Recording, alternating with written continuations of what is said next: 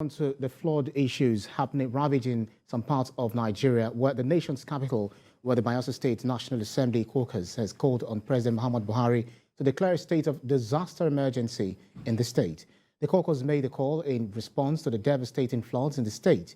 National Assembly correspondent Adisa reports. Bayelsa has never had it this bad in the history of flooding. The state government says about 300 communities and villages have either been totally or partially submerged, with as many as 700,000 people either affected or displaced. Areas along the Niger, Non, and Forcados rivers in the state have all seen severe flooding since early this month. Among the hardest hit local government areas are Yenagua, Ogbea, Ekeremo, Sagbaba, Kolokuma Okpokuma, and southern Ijo. Lawmakers from the state in the two chambers of the National Assembly are on a save-our-soul mission as they address the media. They say the floods have claimed lives and rendered many of their constituents homeless. The legislators lament that the state is not just the worst hit, but one that has been severed from the rest of the country by the reason of erosion and the floods. They seek immediate solution to the crisis. Bayelsa is severed from the rest of this nation. That is the most important factor why you need to declare Bayelsa a disaster emergency. No other state is completely cut off from the rest of Nigeria except Bayelsa, and that's the reality on ground.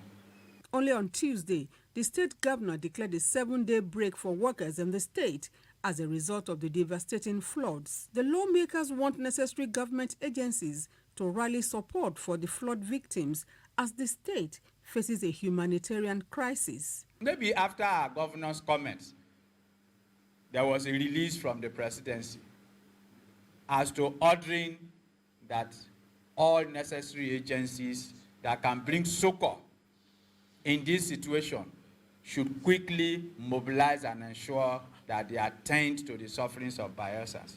The legislators say though floods are a natural disaster that have affected many other states in varying degrees, about 1 million people in more than 300 communities have been internally displaced, while some deaths have also been recorded.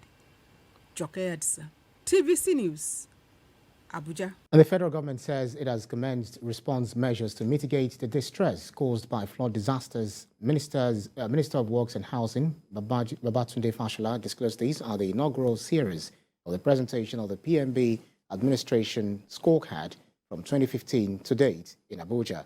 The minister says the government is not sitting idly as it has opened talks with relevant stakeholders to tackle the challenge.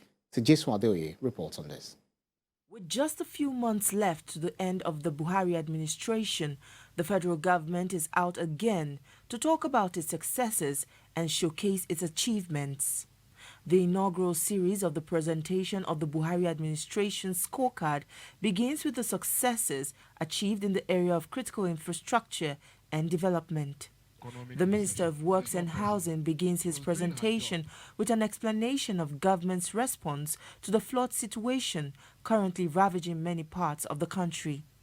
He says the government is already taking stock of the level of damage caused and awaits a final report from its field controllers to determine the next line of action.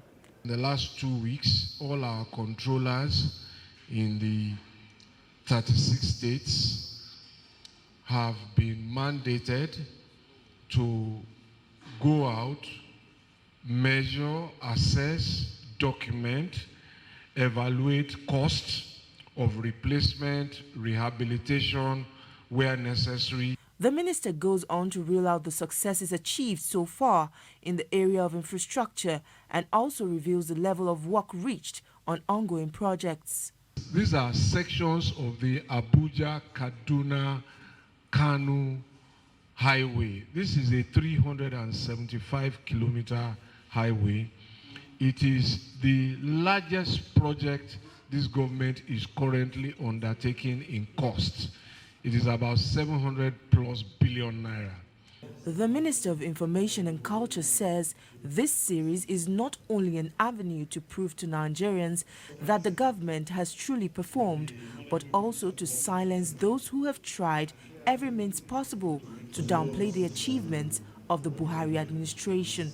Despite attempts in some circles to downplay the achievements of this administration, I have no scintilla of doubt that history will be fairer and posterity will be kind to us.